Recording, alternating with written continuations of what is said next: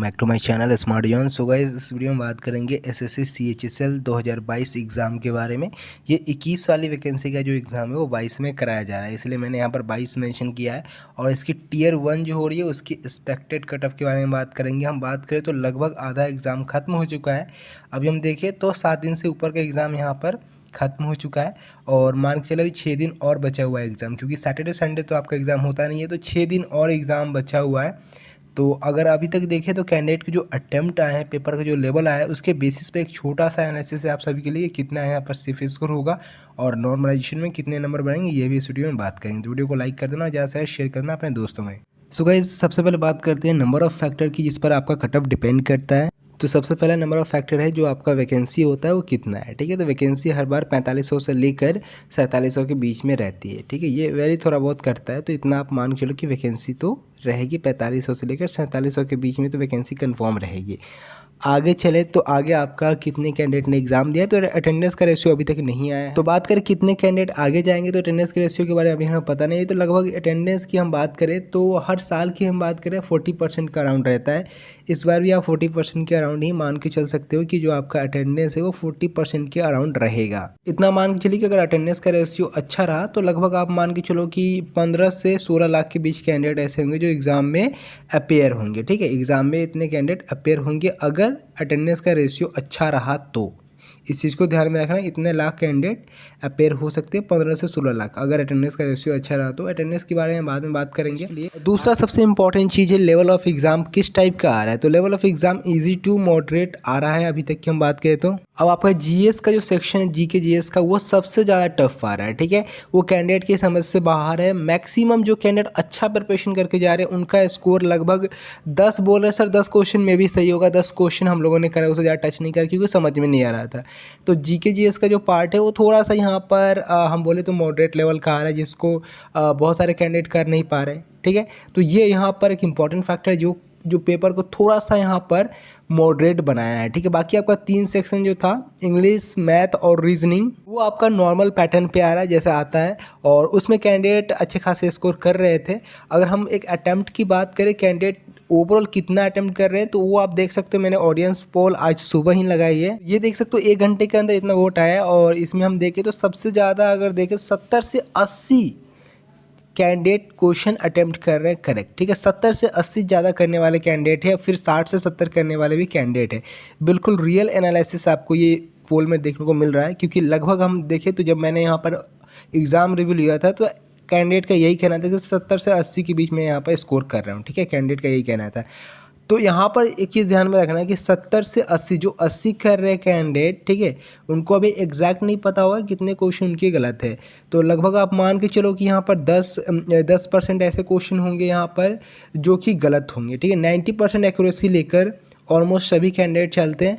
चाहे मैं रिव्यू में पूछ लूँ या किसी भी कैंडिडेट से पूछो जिसकी प्रिपरेशन अच्छी खासी है, 90% एक्यूरेसी उनकी रहती है। तो आप मान के चलो कि जो 80 कर रहे हैं उनके 74 से 75 क्वेश्चन ही सही होंगे। ठीक है, 74 से 75 क्वेश्चन सही होंगे, बाकी आपके जो यहाँ पर 4-5 क्वेश्चन गलत हो जाएंगे, नेगेटिव भी जाएगा उसमें। ठीक है, तो ये चीज़ आपको ध्यान में रखना होगा कि जो कैंडिडेट 80 बोल रहे हैं वो एक्यूरेसी कितना है उनका, 90% है। तो आप ओवरऑल देखो तो वो 70 के अराउंड ही उनका सही हो रहा है। ठीक है, इस तरीके के यहाँ पर लेवल ऑफ एग्ज़ाम रहा है, उसके अकॉर्डिंग हम चले। तो अगर जनरल अवेयरनेस में आपने तुक्का मारा तो मे भी हो सकता है वहाँ भी गलत होगा, क्योंकि आप खुद सोचिए, देखो बाकी सारे सेक्शन 25-25 नंबर के, जनरल अवेयरनेस में सिर्फ 10 क्वेश्चन कर पाओगे तो 70-75 से ज़्यादा अटैम्प्ट आप कर ही नहीं सकते हो। ठीक है, इस चीज़ को ध्यान में रखना। तो ज़्यादा यहाँ पर ये सोचने की जरूरत नहीं है कट ऑफ सर बहुत हाई जाएगा क्योंकि पेपर का लेवल ठीक ठाक से आ रहा है, तो ऐसा नहीं है। पेपर का लेवल ईजी टू मॉडरेट आ रहा है, जनरल अवेयरनेस का पार्ट जो मॉडरेट है। तो कट ऑफ की बात करें तो उतना हाई अभी यहाँ पर नहीं जाने वाला। कुछ कैंडिडेट बोल रहे थे सर 150 प्लस चला जाएगा, तो ऐसा भी नहीं कि 150 प्लस चला जाएगा। हम प्रीवियस ईयर के कट ऑफ अगर देख ले, सो गाइस ये देख सकते हो, ये प्रीवियस ईयर का कट ऑफ है। ये जो कट ऑफ है वो आप देखो 141 आपका यूआर का था, ओबीसी की बात करें 139 था, और आप ईडब्ल्यूएस की भी देख लो 117 था। बाकी एससी एसटी के देखो 108 114 ही गया है। ठीक है, अब ये जो कट ऑफ है ना, ये नॉर्मलाइज कट ऑफ है, यानी कि नॉर्मलाइजेशन के बाद यहाँ पर ये कट ऑफ गई है। ठीक। तो इस चीज़ को ध्यान में रखो कि ये नॉर्मलाइजेशन के बाद का कट ऑफ है, ऐसा नहीं कि ये रॉ स्कोर है आपका। अभी आप फिलहाल क्या जानोगे, अभी आप सिर्फ रॉ स्कोर जान सकते हो, नॉर्मलाइज कट ऑफ कोई आपको नहीं बता सकता यूट्यूब पे, ठीक है। तो अगर हम रॉ स्कोर की बात करें, जो अटैम्प्ट है कैंडिडेट के 70 से 80 के बीच मोस्टली कैंडिडेट यहाँ पर नंबर ऑफ क्वेश्चन अटैम्प्ट करके आ रहे हैं। 10% आप मान लो कि गलत होगा, 90 से लेकर 85% के बीच उनकी एक्यूरेसी रह रही है। अगर यूआर की हम बात करें, ठीक है, ये मैं आपको रॉ मार्क्स बता रहा हूँ। अगर आप यूआर कैंडिडेट हो, ठीक है, और आपने 130 से लेकर 135 के बीच अपना रॉ स्कोर ले आया है, तो आप बिल्कुल सेफ़ हो, ठीक है। 130 से 135 अगर आपका रॉ स्कोर है, बिल्कुल आप सेफ़ हो, क्योंकि नॉर्मलाइजेशन में कितना भी कम फ़ायदा मिले, 5 से 10 नंबर कन्फर्म है कि बढ़ते हैं, और जहाँ पर पेपर हार्ड आया है, ठीक है। तो इस चीज़ को ध्यान में रखो, 30 से 35 नंबर अगर आपके यहाँ पर हैं तो आप यहाँ पर बिल्कुल सेफ़ हो। ये रॉ स्कोर बता रहा हूँ, नॉर्मलाइजेशन में यहाँ पर बढ़ेगा, नॉर्मलाइज कट ऑफ इससे भी ज़्यादा जाएगी, ठीक है। ये आपका रॉ स्कोर है। नॉर्मलाइज आप मान के चलो लगभग 140 प्लस ही रहेगी, 140 से लेकर 145 के अराउंड जाने की चांस है नॉर्मलाइज की हम बात करें तो, ठीक है। लेकिन कोई प्रेडिक्ट नहीं कर सकता कि कितना जाएगा। मैं रॉ स्कोर आपको बता रहा हूँ, 130 से 135 के बीच अगर आपके हैं तो बिल्कुल आपके यहाँ पर चांसेस है कि आप क्वालिफाई कर जाओगे। अगर ओबीसी और SC/ST की बात करें, सॉरी पहले ओबीसी की बात करते हैं, SC/ST की कट ऑफ की बात काफ़ी कम जाती है। तो अगर ओबीसी की हम बात कर लें, तो ओबीसी की जो कट ऑफ है वो 128 से लेकर 134 के बीच अगर आपके रॉ स्कोर है तो आप सेफ़ हो यहाँ पर भी, ठीक है। ज़्यादा डिफरेंस रहता नहीं है ओबीसी और अगर हम देखें यूआर में। तो आगे हम चले, तो अगर आगे हम SC/ST की पहले बात करते हैं, पहले SC की ही बात कर लेते हैं।